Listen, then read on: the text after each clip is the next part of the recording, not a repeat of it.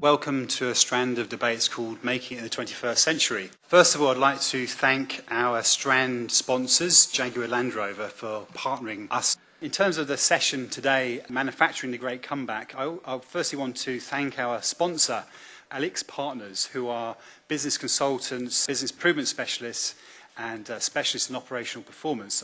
Just to kind of introduce Manufacturing the Great Comeback, are we at the zenith of a new era in manufacturing, engineering capability? Lots has been made in the news, for example, about 3D printing, the potential of global supply chains, and, of course, engineering know-how. There are many examples in the news, on TV programs, websites and so on, about some fantastic examples of manufacturing and engineering.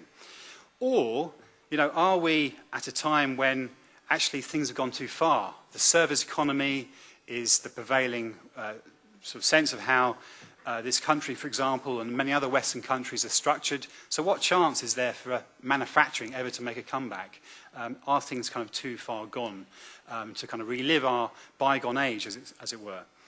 And even more, do we have the ambition, the desire to really create a new manufacturing sector?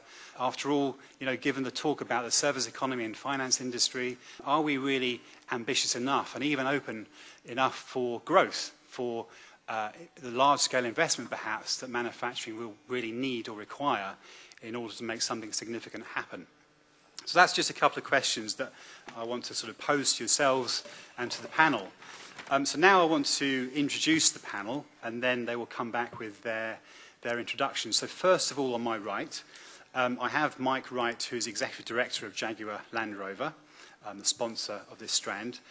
Mike works closely with Jaguar Land Rover's CEO on corporate strategies to deliver Jaguar Land Rover's growth ambitions, so a very important person to have here today. On my left is Peter Marsh, manufacturing editor for the Financial Times. He's the author of numerous books on microelectronics, robots, space industry, and now a new book called The New Industrial Revolution, Consumers, Globalization, and the End of Mass Production. On my right, immediate right, is Andrew Bergbaum, Director of AlixPartners, a manufacturing industry consultant. Andrew has an engineering degree, spent the early part of his career in the automotive industry in Europe and Japan, with senior roles in procurement, supply chain, and manufacturing. Again, a very interesting, I'm sure, perspective you'll have on this discussion. And last but not least is James Matthews, management consultant, founding member of the New York Salon, and a writer on economics and business. Very happy to get James all the way from America to come here for us today as well. So let's kick things off, and Mike. Good morning, everybody, and can I add my welcome to the Battle of Ideas session.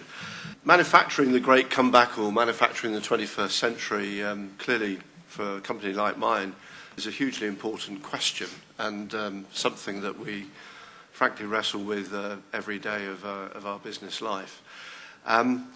But maybe I could start by just giving you a little bit of context about my company and how we see it, and then sort of talk about some of the issues that we're having to address.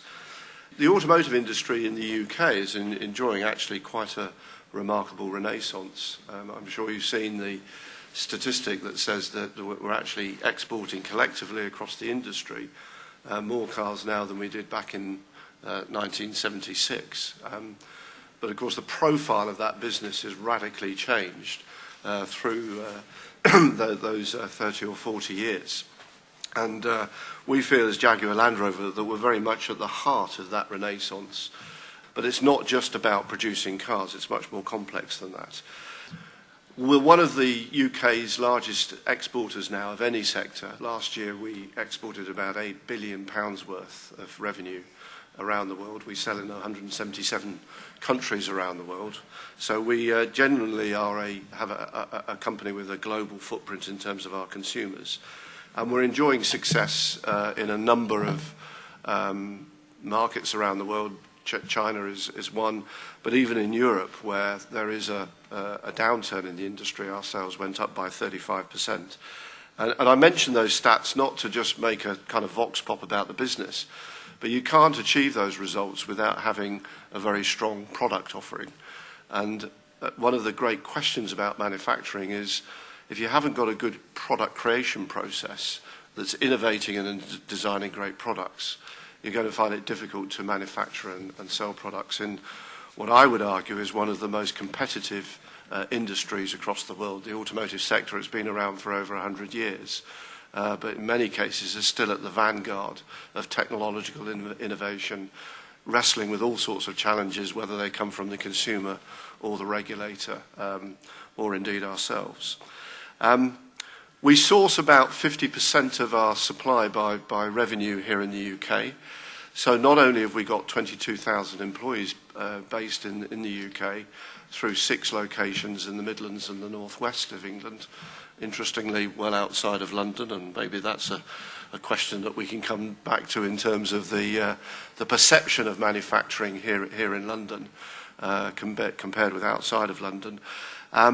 But we've got about 170,000 people in the supplier base who are dependent on our success.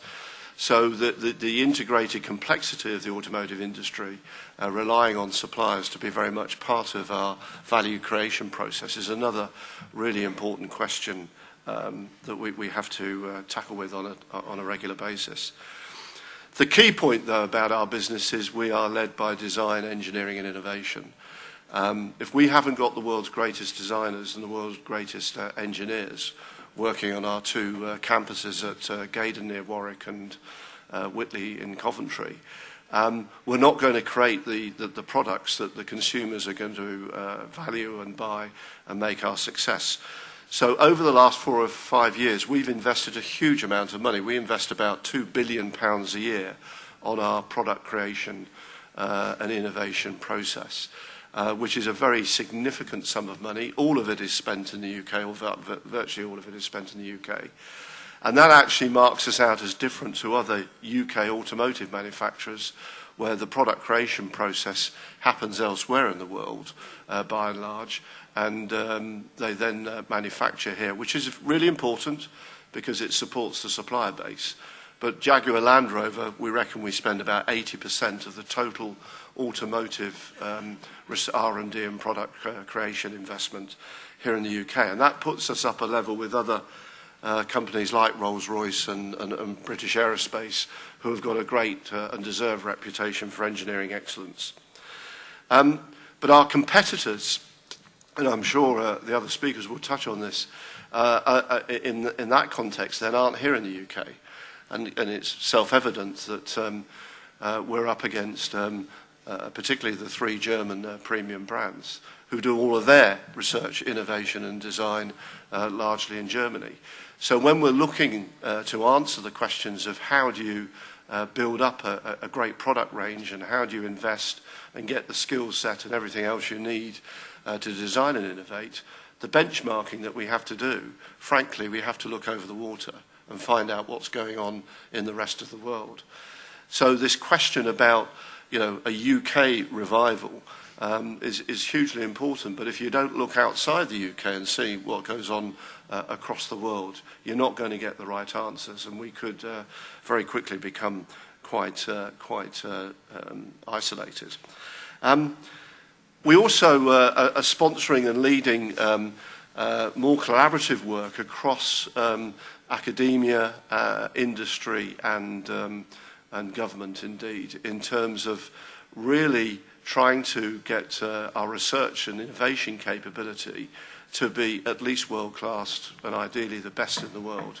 So one example is our relationship with Warwick University. We have relationships with universities all over the country, but in Warwick we've based 200 of our advanced research engineers actually on the campus to get them right at the cutting edge of new innovation and new ideas on innovation.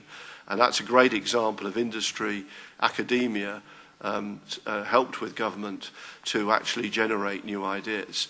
Now, for us, that's a pretty new model in this country.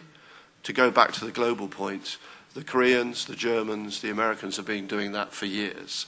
So we've got a lot of catching up to do. And at that point, I'll end. Fantastic. Peter. What I want to do is just to explain briefly 3 things from my perspective. A bit of history about Britain and manufacturing, where Britain is now, and number 3, I suppose, what the potential is. Just to say why I've got some claim to knowing about this, I suppose for the last 15 years I've been doing lots of visiting manufacturers. I suppose that's part, in my professional world, that's what I've been doing. I've probably, over that period, been to see about 2,000 manufacturing companies in about 30 countries, all because I work at the Financial Times. And on occasion I've had to write a few stories about it, obviously, during that period. But I suppose that's given me a fortunate position to be able to see an awful lot about what's going on and then try to draw in the kind of micro, as where I've seen it, with the macro trends. The result of all this is this book, which Martin mentioned, which took an awful long time to write, but it's now out there and people can buy it if they'd like. I mean, a bit about how we came to this position in Britain. If you went back to 1900, or actually to be precise, 1895, you'd find that Britain was the biggest manufacturing country in the world, responsible for 15% of world output. If you went back to 1830, you'd find that actually Britain was quite low down the league table. There was only 30 countries of any importance back then, and Britain was about number 5 or 6. China was the biggest, actually, simply because it had more people than anybody else. There weren't any hidden productivity savings due to innovation, because the Industrial Revolution had really kicked in. The next 40 years, Britain had the ascendancy because of the Industrial Revolution. The technology advances that you had there catapulted Britain up the league table to number 1. For the last 100 years, America's been the number 1, till last year when China took over again. So it's almost kind of back to the future, really. China was number 1 in 1830, it's number 1 today. But it's number 1 only by a little bit. America's number 2. America's got 10 million people working in manufacturing. China's got 100 million. China produces just a little bit more than America. But Britain actually isn't in as bad a position as a lot of people think. It's number 9 in the world league table. Most people, if you ask them, I bet you can try this out on your friends, they'll say, oh, Britain's number 30. Britain's number 9. It's obviously a lot less than it was. It was 15% of world output in manufacturing. Now it's 2.3%. So it's gone down. But it's not in such a bad position as many people think. And this is one of the discussions that I think is important about where Britain goes. A lot of people don't realise the strengths that Britain's got. So where are we today? It's quite hard to shine a light on British manufacturing because a lot of the interesting things that are going on are hidden away in small companies. In the past, if you wanted to find out about manufacturing 50 years ago, you'd go to the centre of Birmingham, you'd go to the centre of Sheffield, go and visit some huge companies. With the exception of a few big ones like Jaguar Land Rover, we've heard about Nissan, still a few steel companies around employing altogether 20,000 people in Britain.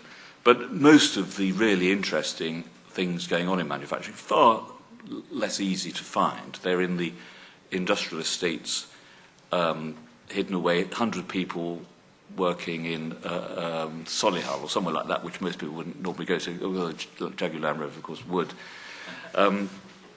But you have, which is why it takes a long time to track these people down. That they're not visible, they don't advertise, unless you're in the supply chain.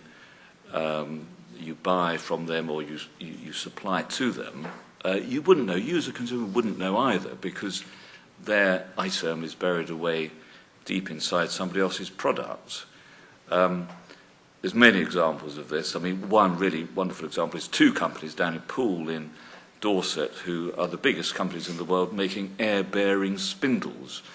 Hardly anyone knows what air-bearing spindles are. They're things that were around at 300,000 revolutions per minute, or 20 times faster than a jet engine, and they power drills.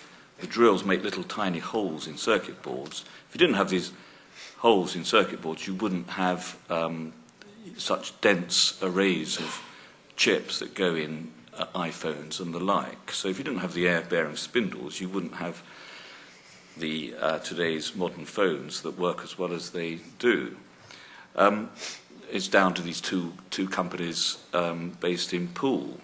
I won't even bother to tell you the names because you're bound to forget as soon as I've told you. But I just take my word for it. They're there. You can read about them in my book, actually.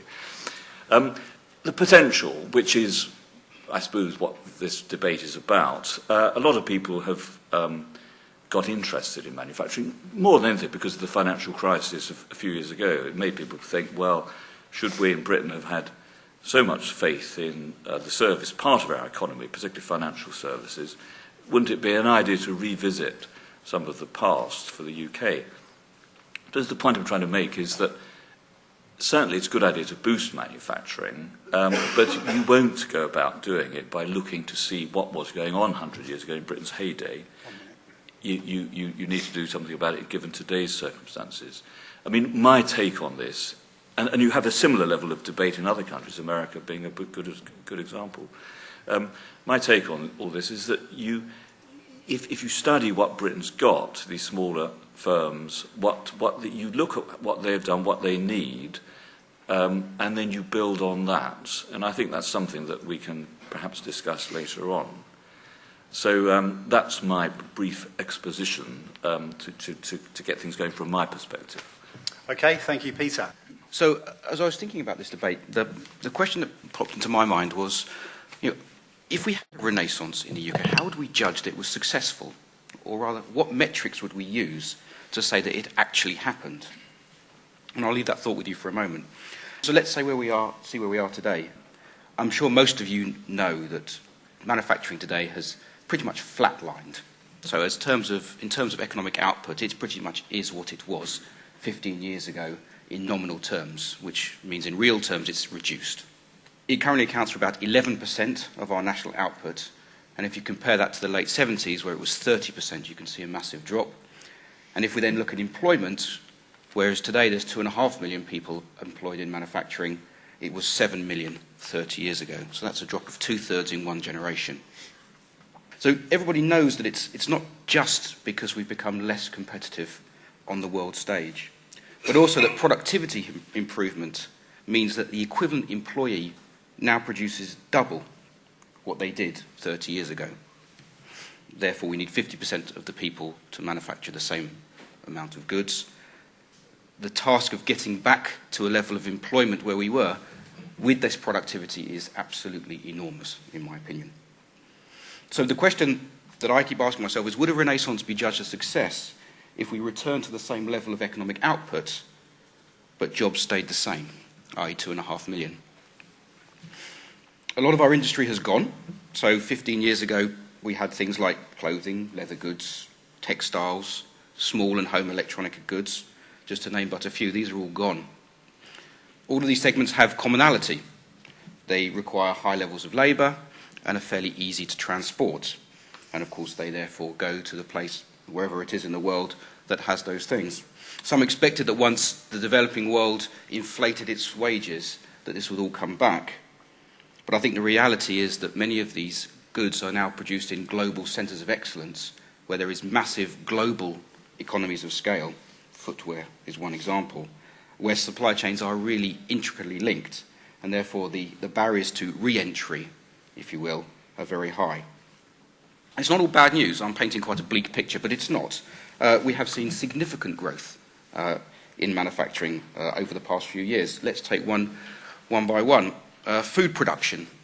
So our food processing industry has grown much faster than our population has grown, in a large part down to our increased requirements for local provenance. And basically, I can see very little prospect of that reducing. The pharmaceutical industry also is now 1/3 bigger than it was half a generation ago. And with an ageing population, I can't see that reducing either. We are world leaders in elements of high tech. The UK has the largest independent semiconductor design industry, and about half of the market for application-specific integrated circuits, and 40% of Europe's are designed here. In renewables, we've taken a very strong position as the market has turned from nascent to mainstream and produced many components for wind turbines and the like. And of course, aerospace and defence has seen massive growth in the past 15 years, We are now second only to the United States. 11 of the top 100 global A&D companies are here based in the UK. However, on this one, we'd probably be right to question the longer-term viability of an industry which is predominantly funded by a government with such financial issues. So the likelihood of growth in the UK, well, I think that will these growing industries be able to pull us back to the level that we were? Well, maybe in terms of output. I can certainly see growth in terms of output, but certainly not in terms of employment. One of those reasons is Europe, where the US has Mexico, for which a lot of the nearshoring is done, that's stuff coming back from China. We have Eastern and Far Eastern Europe, where there is relatively high education levels, low labour costs, critical access to raw materials and energy, and of course free access to the EU with its 500 million people. It makes it quite an attractive place to invest. Transportation within Europe, of course, is much better than it used to be for two main reasons. The first one is investment in infrastructure, and the second one is the consolidation of the logistics industry, where we've seen far fewer companies with now much higher vehicle utilisation, and therefore even the effects of the high oil price have been offset by these improvements. So, what's going to happen in the future? Well, I think that, as I've just said, high-tech, niche and specialised luxury good manufacturing will continue to grow here. And with the right support could certainly contribute more to the UK economy than it currently does. But the chances of high labour manufacturing returning to the UK, I think, are very slim. In areas that will grow, productivity will mean that economic output will grow faster than full-time employment. So if I go back to the original question that I asked, by which measure would we judge an economic renaissance or manufacturing renaissance to be a success? Mine would be employment. And by that measure, I do not believe that we will ever get back to where we used to be. So what we need to do is invest heavily in areas where we're already strong and redouble our educational establishments' efforts to produce far more engineers, technologists, scientists and innovators. Only by doing this will manufacturing become a more significant contributor to the UK economic output. Jamie. I'm going to cover 3 points briefly. First, look at the context of manufacturing in the broader economy, why it's important. Secondly, to look at this question of renaissance. I mean, it's been discussed about in the UK. I'm going to talk about in the US context. And then third is what needs to be done, and specifically what stands in the way of, what are the barriers to making change. So first of all, to put this in context, I mean, just to kind of lay my cards out on the table, I do think that productive industry and manufacturing in particular needs to be promoted. That may be a no-brainer here, given the discussion, but there is, in the U.S., there's still quite a lot of debate. There's a kind of a free market constituency that would say the state should have nothing really to do, at least at the national level. And I do think that what this means is a shifting of the economy's balance away from finance and more toward productive industry. Not because there's something inherently evil with finance, and I don't think finance should be clamped down on, but I think if we do boost industry, it'll restore finance to its proper place in the economy. In the U.S., the main talk is around deficits and debt, and what that does is it puts a limit on the imagination of what can be done. But the key thing is that in order to really address the issue of government deficits and debt, you need strong economic growth. And the key to strong economic growth is really robust,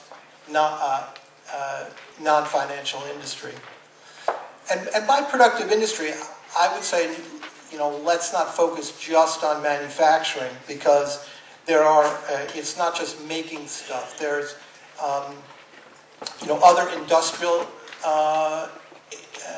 industries like energy, and there's also non-financial services that are productive of new wealth. But manufacturing is especially important, I would say, because it's an area where clearly you can raise productivity, and that's key to raising living standards. And secondly, there are a lot of linkages with services. If you lose manufacturing, there's a risk you're going to lose the service part that's aligned with it.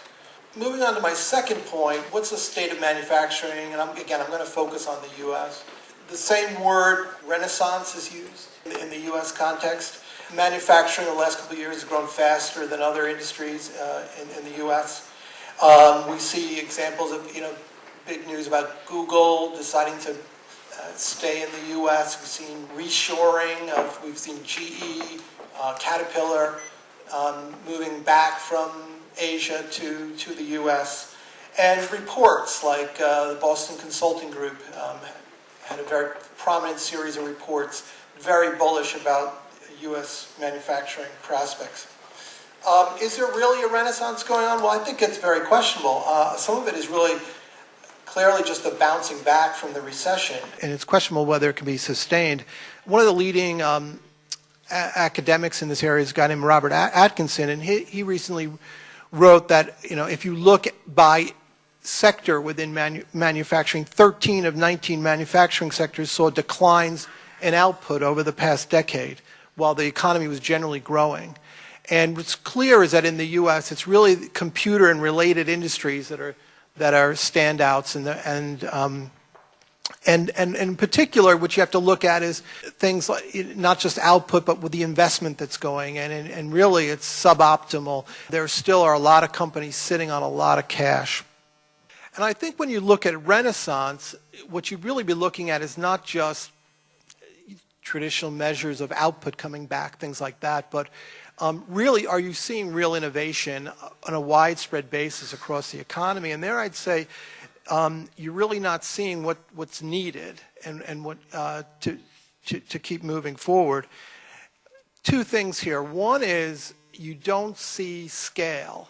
You don't see big, ambitious, step change kind of advances. Scale is important. I mean, a lot of the changes going on are very localized, more artisan. But scale is important because it's very key to productivity, to gaining, economies of scale. Let's take an example. Miniaturization electronics, very important. But how are we going to produce those electronic goods in a way that are affordable for people on a mass scale, especially, with masses of people across the world? On energy, it's clear we need massive operations. It's just not going to cut it having, windmills on people's houses. And if you look at, like the Obama stimulus package in 2009, there's a lot of the so-called green technology. It was really around like things like home insulation, not really like truly innovative. And what we're really talking about, I think, with innovation is really new industries, right? New sources of jobs. In the past, we've had things like, TV, nuclear power. Now, today we are seeing some areas, you need to be balanced about this. There's clearly areas in the U.S., nanotechnology, artificial intelligence, robots that are developing. But it's really, as I say, it's not widespread enough. So to my third and final point about what needs to be done, I mean, you can list things that could support manufacturing. Immediately I think of not necessarily picking winners, but, supporting basic R&D, training and education. A lot of skilled jobs are have openings. I could come up with a list. I'm sure in the U.S. or U.K. context, folks here could think of things. I think the main thing I want to emphasize is what's holding it back. And I think there's three things, and they're really broad and social, not to do with manufacturing per se or technical. One is an argument for growth, two, in favor of risk-taking, and third, we need to really promote big and ambitious thinking. And I can't develop those points because I ran out of time, but maybe in the discussion. I want to ask a couple of questions of the panel from what they've said. So on one hand, we have sort of Jamie, who is arguing for more sort of big-scale ideas, ambition, but then perhaps others are arguing more in terms of a kind of a more pragmatic approach to re-enlivening manufacturing, about the fit that we can play within the kind of global supply chain and to try and cultivate industries in perhaps a more of a pragmatic manner. So I wonder, in the panel, You know, should we be very pragmatic in our approach to kickstarting manufacturing, or you know, as James says, should we be a bit bigger scale in our focus? Who wants to start? I don't think they are mutually exclusive at all. Manufacturing is an interesting word in its own right. It covers a multitude of activities, even sins. For us, and I can only talk about the automotive world, you know, it starts with a concept and a design, and that's not just a sketch of a car. It could be a really important component. That's where the process starts. There's a whole validation process that you go through. There's a whole engineering, and increasingly these activities are not sequential. You know, you do them in parallel because you want to get to the market quickly. And by the time you come to manufacture the piece, whether it's a car or a component, there's an awful lot of intellectual and innovative work that's been done. And to pick up on James's point, yeah, that is where the new thinking comes in as a matter of course. Yeah, for example, apologies for just quoting Jaguar Land Rover, but we have what we call a virtual reality suite at Gaydon, where a lot of our advanced concept engineering is done in 3D. Where did we get that technology from? Actually from the computer gaming world. And the people who are running it actually came from the gaming world, which there happens to be a little micro centre of excellence in Leamington, which helps. But so I think, you know, the great thing to think about when we're answering this question is not to see manufacturing from the past, but to understand that it's an extremely complex process. Quite often now the word advanced is used, and it is advanced.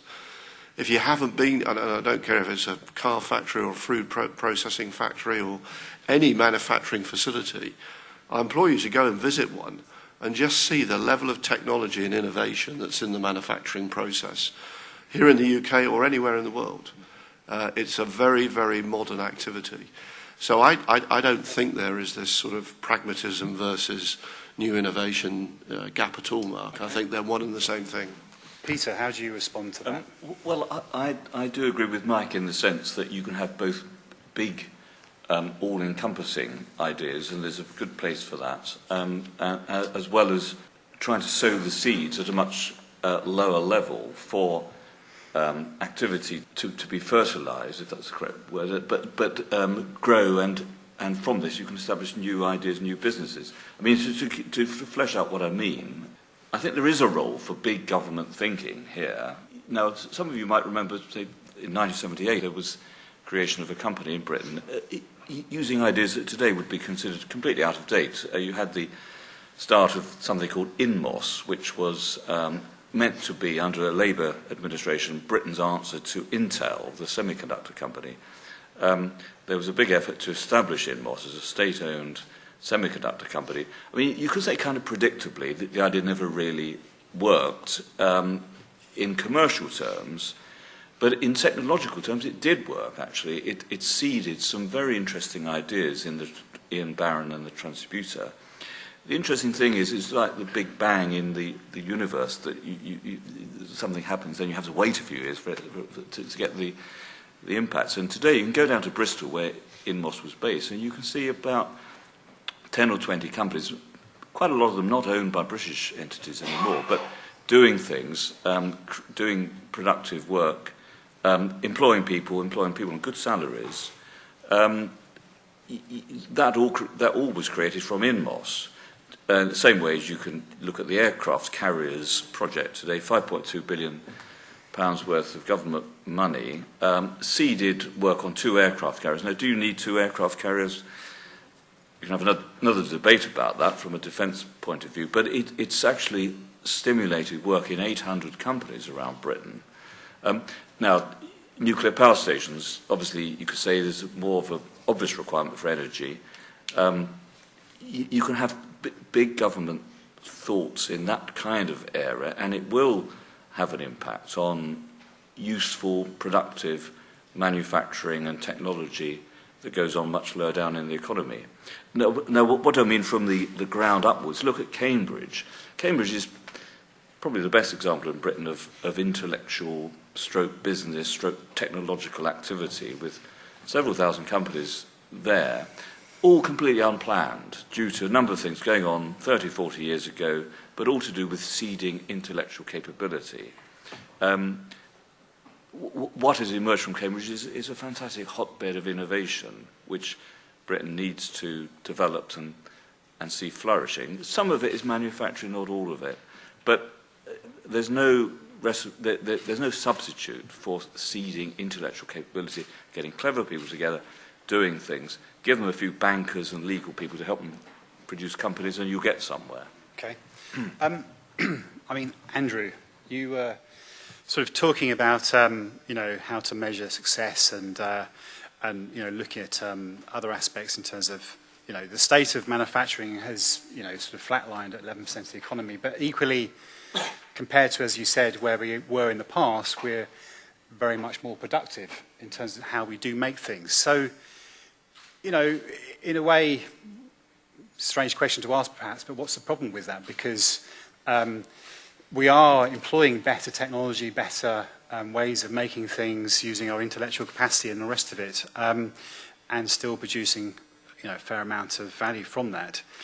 Maybe that's just the way it is. So the service sector makes use of that. So what's the problem, if anything? No, I think it's a valid point. And it's a debate that's far wider than manufacturing. Yeah. So if we take my 7 million versus 2.5 million people point of view, and I say, well, that's great. What's happening with all of those other people? What do they do now? Do they all become high-paid bankers or lawyers or consultants? No, probably not, actually. Probably many of them are now £6.18 an hour, minimum wage, working, not really getting any skills. And so what I think happens is, whilst I fully support the knowledge economy, the danger is that you polarise the economy. And what happens is you have these very highly paid technicians, engineers, innovators down in Poole or wherever, and then you have an army of people on very low wages who are then funded by the people that are doing the innovation. So what happens is you have, I think without getting too political, you get a welfare state, you get a higher taxes in order to keep these people up to a standard of living. And I think basically the whole level of the economy comes down.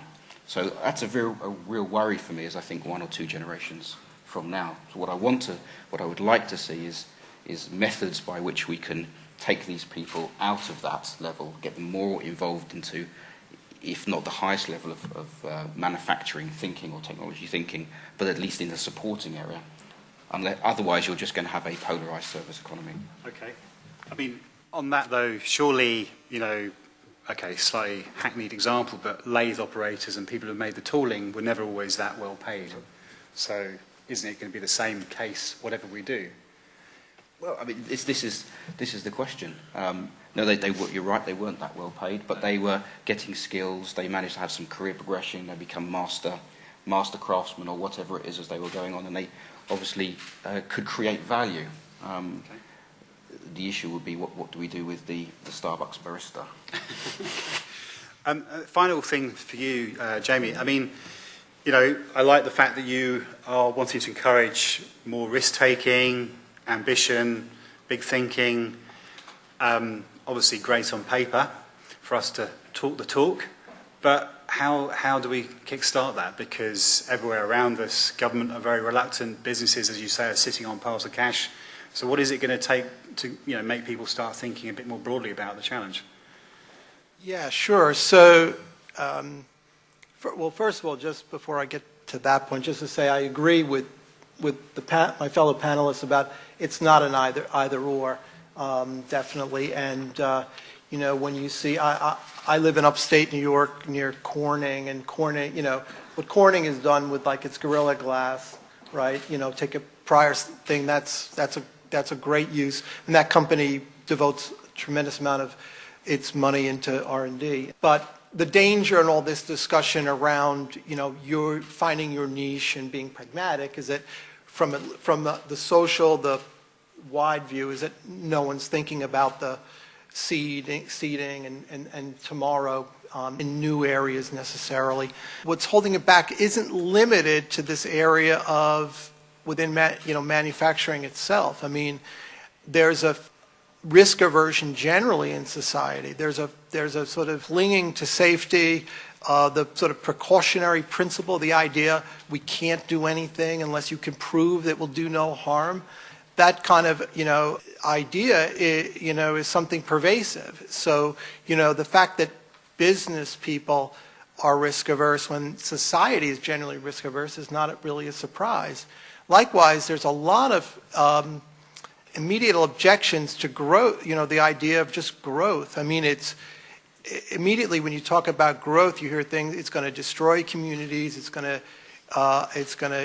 lead to bad things for the environment, it's going to lead to more stuff that people are going to get obsessed in buying. It's all negative. And even the whole discussion around, as I mentioned earlier, around deficits is really not about growth. And I would say that neither party in the U.S. really has a growth strategy. And so, again, there's a kind of broader cultural sense. And so, in a way, the answer to this is not necessarily to, squirrel away within manufacturing, but at events like this and elsewhere is to try to change the more general climate. Okay, thanks. So now it's your turn. What I keep reading everywhere is that additive manufacturing, 3D printing, that is exploding, and that's where the future lies. That sort of turns manufacturing into a service industry, design service, that is. And my question to the panel is, should that give Western countries a reason to be optimistic?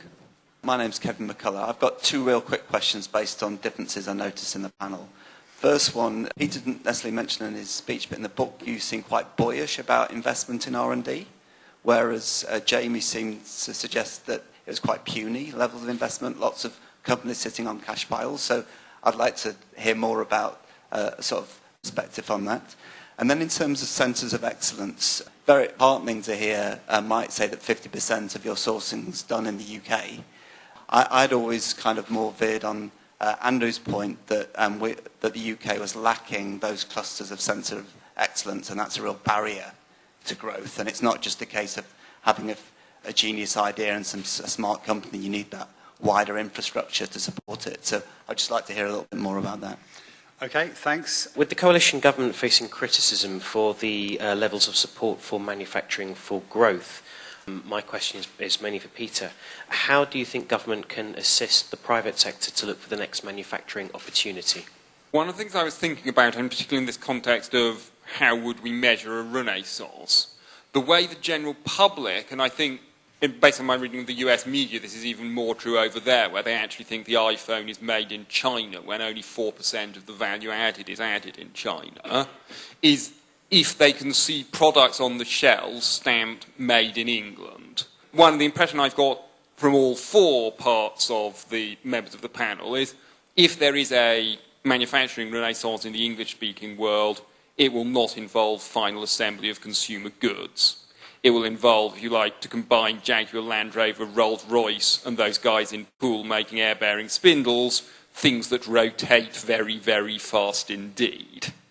And so, do you think there is any chance of a consumer good manufacturing coming back, and does it matter? So, who wants to come back on some of these points?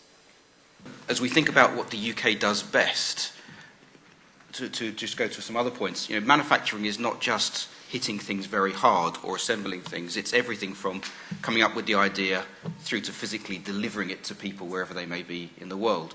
And therefore, we can say that we won't manufacture, as in we won't have the factories, but we can have design halls and innovation centres where thousands of people can work, and we can take the advantage of our education system in order to push that through. It just so happens that they end up being manufactured in some other country. So the question, I suppose, for us is how do we grow that bit? How do we recognise that really we may not have an advantage in putting things together or bashing things or even taking things apart, but we will have an advantage if we focus of actually doing the bit at the beginning, which is coming up with the concepts. So I think that's something that we talked about the coalition of governments. That's the thing that we should be thinking about how to do. But it means taking hard choices. It means actually accepting that, I'm sorry guys, we're not brilliant at putting things together unless we can charge very high margins for them. Okay. Mike? Well, I take a little bit of issue with what Andrew's saying, because one of the premises for our company is that if you have the design and engineering excellence, and thank you very much for the comment, here in the UK, actually it's much easier to keep the manufacturing in the UK. The manufacturing, in many respects, is quite generic. And if you don't have that innovation, engineering, centres of excellence, developing new ideas, you're more likely to want to manufacture where it's appropriate. So I think the two actually do go very much hand in hand, but you've got to lead with the innovation first. And you know, we're very committed to the three manufacturing plants that we have here in the UK, and of course we've decided that our new engine plant will be here in the UK as well. So I think the two go hand in hand. The point about suppliers and supplier excellence, I actually think one of the big, and you know, we're working with the Automotive Council and the UK government on this. One of the biggest challenges for the supplier sector and the supply chain here in the UK is getting them to understand that growth is an opportunity. If you've been through 30 years of stagnation, as Andrew has been saying, getting suppliers to invest in the future and future growth is actually quite difficult. I mean, they're a bit jaundiced about the past. They've got their own investment challenges. And to the point about the coalition somebody asked over here, you know, I think my personal view is that they do get it, that not instead of the financial services sector or instead of the services sector, but the manufacturing in the broader sense of the word sector can add something to the economy. But they recognise that skills, supplier financing, all these other enablers that, you know, it was interesting to hear James talk about them being issues in the US. These are really hard challenges that are going to take years to sort out. You can't just flick a switch. It's something that I think will increasingly become a debate. And I mean, for us in industry who are planning, you know, my longest planning horizon is actually 2025 right now, real time, because of regulations on CO2. My shortest planning horizon is probably, in product terms, a couple of years. I don't want a political debate about manufacturing. I want a cross-party consensus that actually this is fundamental to the UK economy, and therefore, whatever the election is and whatever, you know, we get a genuine consistency of purpose in terms of developing the supply chains or whatever. Okay. To answer one point about what the government should be doing, the big requirement is finance, and Vince Cable has gradually been doing something about this idea of a national bank for business. He should really have done something which I was suggesting he should have done 1.5 years ago, really, which is to just set up a bank in Britain which would be controlled by the government, but bringing in finance from other parties, like the KfW in Germany, or some of the banking endeavours they have in America. Both of them really kind of conventional capitalist economies, but can have state support for companies meshed into the way they do things. So not particularly radical. And staff it with decent people who know about what's going on in business, can bring in government, can bring in funding from other sources, and really be there to support some of the good ideas that are in many manufacturing companies where they don't have enough money to actually get their ideas into fruition. So that's really what they should be doing in a rather more wholehearted way than they actually have done. Somebody else mentioned the idea about is there enough money? You did, didn't you? About I think the distinction that Jamie was getting on is there's probably not. There's a certain reluctance to spend money in investment, new plant and buildings, but I think there is a lot of development money going into good ideas all around the world, because I think a lot of companies do realise that even in difficult times, the difference between good companies and bad companies over the next 20 years is going to be those with the best ideas. And so I don't see any lack of interest in the development side of things and the R&D. Another point that somebody made was about to what degree you can see assembly-type jobs, i.e. old-style manufacturing jobs, as opposed to the kind of whizzy design ideas. And again, I don't agree with Andrew that you can say goodbye to all that. I could take you to companies very close to here, actually, where they're employing a few hundred people in these assembly jobs, making things on the shop floor, who would be the kind of people who've, if you like, always done that. They've left school at 17, they've got some enthusiasm, some level of technical capability. But if you find the right kind of product, they can do it. You can go down to the Mulberry factory in Somerset, where they've employed 300 people, stitching together bags. They happen to be high quality, very good bags. They're going to employ another 300 people on another factory, which they're going to be building in the next few months. Proof that the idea you can't do that in Britain is completely wrong.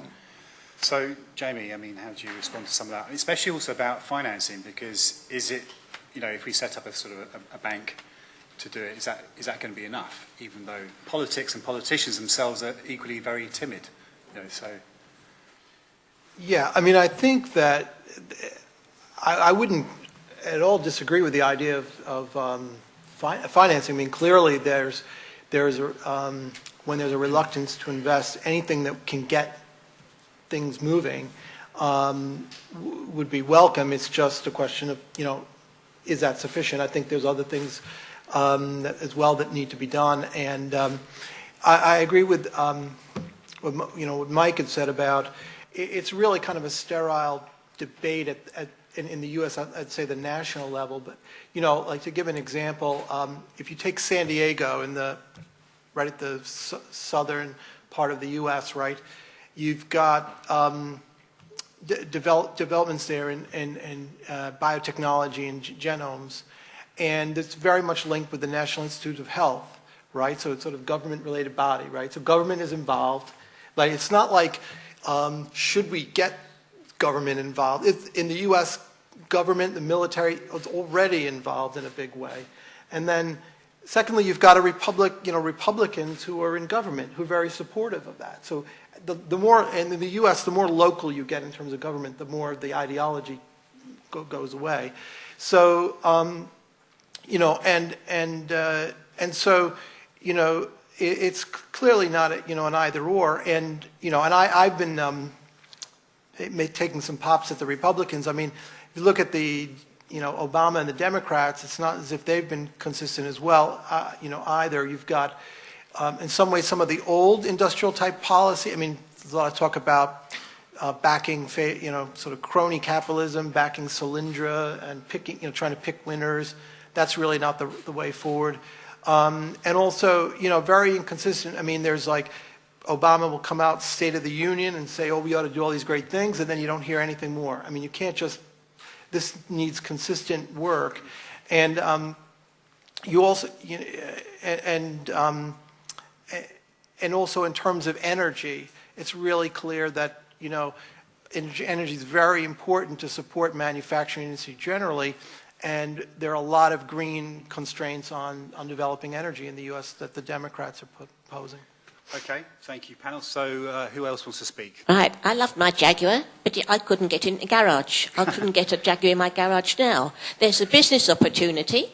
I'd quite be happy to help design a smaller Jaguar. The difference in China is the government is run by engineers. Over here we have a bunch of office boys who kowtow to the EU. And everywhere I look in business, I see the dead hand of the organisation. How do you manage to export to 177 countries with that institution on your back? Okay, thanks. I'd like to pick up on the last point that James made in his presentation, and that's the societal attitudes generally towards this problem. I guess that most of in this room are most of you in this room are preaching to the converted.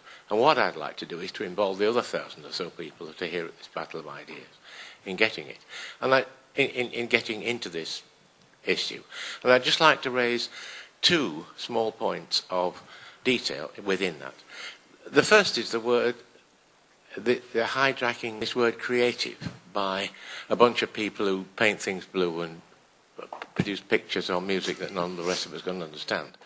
Actually, engineering is the most creative activity in the world. Now, I'm an engineer, so I would say that, wouldn't I? But we've got to get that point across, and we've got to get it persistently across. I live in the northeast of England. There is an objection on the part of lots of young people to engineering careers because my granddad was an engineer and he was made redundant. And we've got to now, that's 30 years ago, we've got to overcome that. The second point is the short-termism in industry. And unfortunately, the engineering profession lost a lot of talented young chaps and women to the banking industry 20 years ago. And of course, they're engaged in writing fantastic computer programs that trade stocks in the short term, and this all adds to the short-termism. It's an absolute joy to hear someone say, my time horizons vary from 2 years to 20 years. Pity the rest of society doesn't think like that. Okay, thank you very much. Hi, my question is about the next generation. So if we're assuming that we want the next generation of British manufacturing to be competitive, how do we help that happen? Is it through changes in primary and secondary education, in our curriculums, through higher education? Are our engineering degrees today relevant? Or is it through some kind of cultural shift? So do we need to go back to a generation of tinkerers? So say programmers using the Raspberry Pi or engineers learning with basic 3D printers?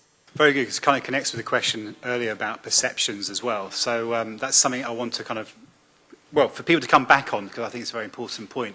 And you also mentioned the magic phrase 3D printing, which would be very good for people's views on. I guess back in the day we had kind of visions of the future, maybe in the Victorian period, maybe even Harold Wilson's white heat of the scientific, not technological revolution.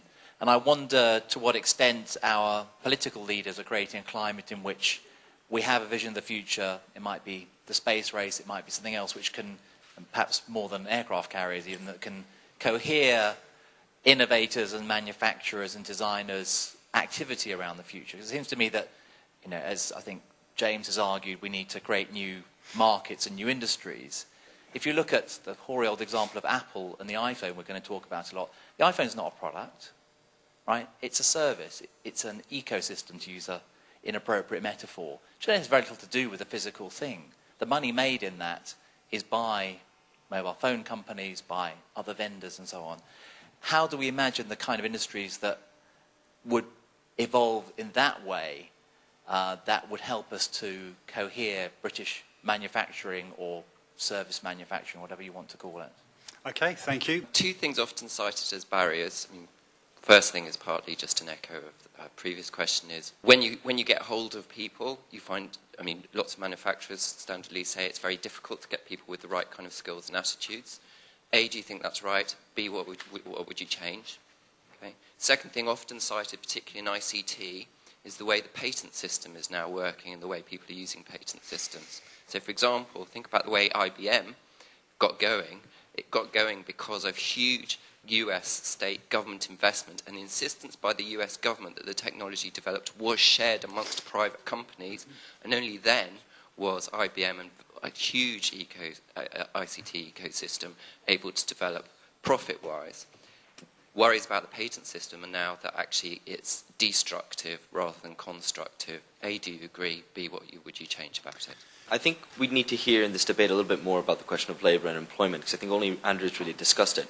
But I think there's a sort of blithe assumption amongst policymakers and intellectuals and people discussing this that a muted manufacturing renaissance would equal a massive increase in employment. And I don't think that's going to be the case. It's not even been the case in China, where massive increase in output hasn't resulted in big increases in recent times in employment. So I'd like to hear more about that from the rest of the panel. Thanks. On employment, you're not going to get back, as Andrew said, you're not going to get back to 7 billion. But you are going to develop a kind of ecosystem around that of people working in services. And that's an important point to remember. I mean, on the point about getting new people into it, you've just got to inspire them, and you've got to make them aware of what is going on in the companies today who actually are offering exciting jobs. I think Rolls-Royce, Jaguar Land Rover, people do know about. There's lots of other companies who they don't know about. There's a company called Renishaw down in Gloucestershire, employing 2,000 to 3,000 people, making little kind of widgets for measuring things, and no one knows about them. And if they did, then they would feel inspired by it. On 3D printing, which people have discussed, I mean, I could say something about that, but I mean, why doesn't Abe Reichenthal say something about 3D printing? He runs the 3D Systems, a company in America, and I'd be interested to get Abe's point of view about what 3D printing could mean for Britain. Let me get the rest of the panel to come back, and then I will get you to introduce yourself. So, Mike, did you want to come back on some of these points? I think the how do you encourage the next generation question is hugely important, and it links into a lot of the other comments, actually, because one gentleman referred to the legacy, and it's the same in the West Midlands. There are a lot of generational issues where parents and grandparents are actively saying, the last thing you want to do is go into engineering or the automotive sector. We spend a lot of, we have education and business partnership centres on all of our sites, and we try and ourselves, and Mark's referred to other companies, Rolls-Royce, spend a lot of time talking to school kids. There's a thing called Big Bang that you may have heard of, which is actually wonderfully rewarding. And they had it at the NAC a few months ago, and there were 55,000 kids going around looking at stands that we put together, and Rolls-Royce and others. But it's much more fundamental than that, clearly. And all the debate that's happening in this country about a new education system, about the STEM agenda, science, technology, engineering, maths, about other softer skills. So even in the service sector, if you were to talk to the service sector about the employability of people interfacing with other people, it's a huge, huge challenge for not only the education system, because it's easy to blame that, but collectively across the piece, industry, service sector, education system, we've got to find a different way of tackling this issue. And again, it's not going to be a quick switch that you can flick. It's something that we've got to focus on over a number of years. The other point about regulation and global regulation, one of the downsides of being a long-standing, successful sector like automotive, and I don't just mean Jaguar Land Rover, is politicians love to play around with it. So the regulators, if you've been around as an industry for 4 or 5 years, they suddenly start taking an interest, whether they want to raise tax out of you or whether they want to control you or steer you. So actually the EU is an issue for us selling in Europe, but we're alongside all of our other competitors, so we're not singled out for special treatment. But it's a consideration when you're in a mature industry. I suppose I just want to correct the misnomer that we can't do manufacturing. Both of the comments made about manufacturing, Mulberry from Peter and of course JLR, these are high margin products, and high margin products you can have labour in the UK. It works very well. We just need more high margin products in the UK. To the point about engineering and how do we encourage the next generation? Well, engineering is hard. You need to have maths, you need to have physics, you need to be educated in the sciences. The question is, how do we encourage people to go through a scientific-based education system all the way through GCSEs and A-levels and then go to university? I'm not going to put down creativity, arts and academic subjects, but if we see how many people going to university are now doing engineering, just engineering, it's fallen off a cliff. And if you compare that to the Indians, who have 100 times the number of engineers graduating every year than we do in the UK, 100 times, that just leads you to show, well, are we still going to be the innovative, creation-linked, backed economy in 15 years' time from now? I'm not sure. So this is something that we need to think about and need to think about it quickly. 2 points very quickly. One is that there could be more employment, at least in the U.S., in manufacturing. Like I mentioned earlier, there are a lot. I've seen estimates from 200,000 to 600,000. unfilled, skilled jobs, and you've got a country that's emphasizing kids coming out of college with, $200,000 in debt and not getting the training that they could. But I think the issue of productivity is going to be, hopefully, in one sense, going to be even more reducing of jobs in, let's say, services, because right now a lot of those jobs are low-paid jobs, and I would like to see IT and other technology applied to services. That's why I was emphasizing new industries, because I think that's the only way that we're going to get out of the productivity trap of reducing the number of employed. Last kind of round of questions, and I'm going to get the panel to sum up. First of all, though, I would like to ask Abe Reichenthal of 3D Systems to, kind of introduce yourself, but also come back on some of the thoughts of what the panel has said so far. I'll be delighted. Let me say a few things about 3D Systems. We are the pioneers and inventors of 3D printing, as you know it. It actually happened nearly 30 years ago, March 9 of 1986. And it has taken this long to bring it to fruition, although we've had, we're very grateful to have companies like Jaguar Land Rover as an early adopter and continuous customer of the technology. And in terms of 3D printing, I think that it's on the verge of changing everything as we know it, in the sense that it's going to change how we create, how we innovate, how we communicate, how we animate, how we educate, how we deal with medical device and medical treatments. And it's going to be an empowering tool that will flatten the universe in terms of garage entrepreneur and deep-pocketed companies alike having access to the same technology. And it will enable the relocalization of distributed manufacturing as we know it. So, that's now, in terms of the manufacturing economy in the UK and in the United States, I'm actually quite optimistic. I think that there is a great deal of heritage of engineering and technology in the UK and in the United States, and there is a great deal of technology and innovation that will enable it, from artificial intelligence to robotics to sensing technology and 3D printing, that in my view, is going to transform and enable manufacturing in ways that we haven't even conceived of. Our job is to believe that we can do it and to actually make it happen. I want to hear about Eugene Polly, who invented the remote control unit, which has done so much for obesity around the world. And I think what we've got to do is, when they have these debates like David Cameron about energy prices, nobody wants to discuss is there any new technology behind energy. It's all done in prices, or it's done in taxes. Siemens makes a 6 megawatt turbine where it's gearless. There are no gears in there. Instead, you have a workshop in the nacelle and a coffee machine.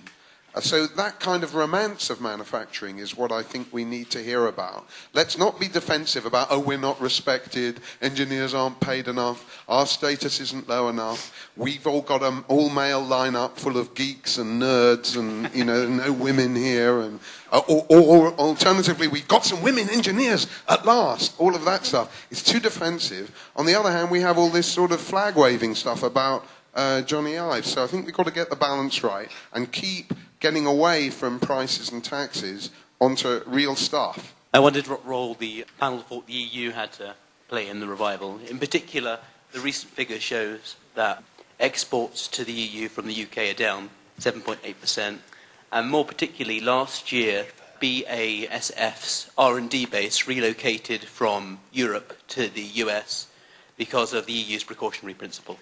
Okay.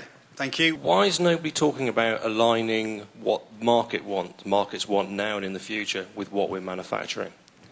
Okay, useful point to make. So look, panel, I'd like for you to come back and sum up. The point was mentioned earlier here about something to cohere around, and it's a shame we couldn't really get into that further, but I think they're just some really simple things, and James here mentioned Cameron, but from the leadership, I was very disappointed when Barack Obama basically cut funding in the space program and shifted it from manned missions to private enterprise, because just purely on the symbolic level, it was basically saying we're not interested in exploration anymore, about new horizons. I mean, leaving aside specifics of the space program, I mean, just, even in things like around energy, right? Just a defense of big things like nuclear power and large-scale hydrofracking, instead of all this emphasis on,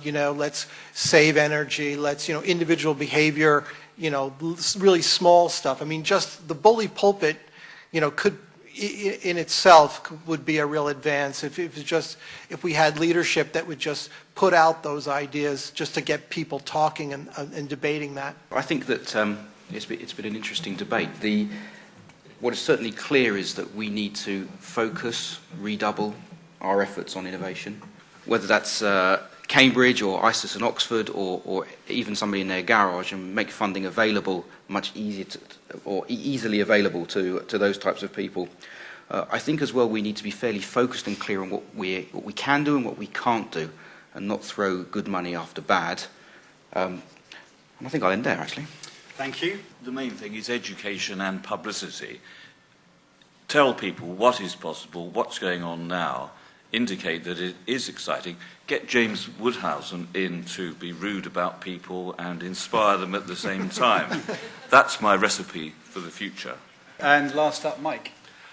Well, the topic of this session was the great comeback. I think it's quite enlightening that there's a lot of people in the room that are saying there's a great future for manufacturing. We've got to do it differently. We've got to be more challenging.